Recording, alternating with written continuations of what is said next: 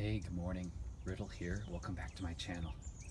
I'm going to name this little Garden of the Mind story the story of the sleeping blackberry.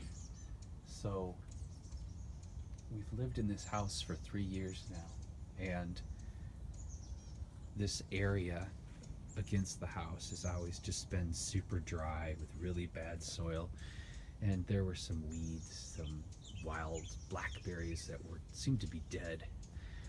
And then this year we had a lot of rain, and then for some reason I focused on watering this area more because I planted a blueberry here. And then I decided to give it a little more nourishment, a little more water, a little more food. And what has happened is all these blackberries I didn't even know were here are coming to life, and I'm actually going to get fruit, which is amazing.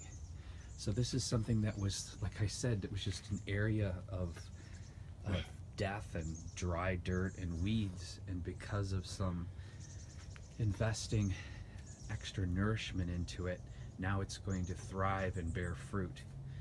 So how does this relate to you and your life in the garden of the mind?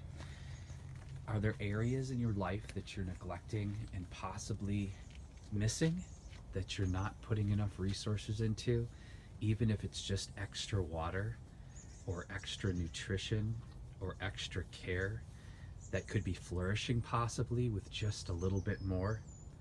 It's worth thinking about, don't you think?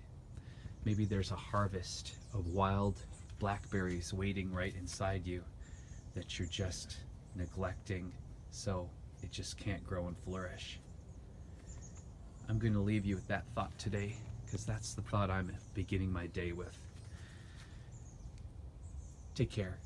Take care of each other, and please subscribe if you enjoy my videos.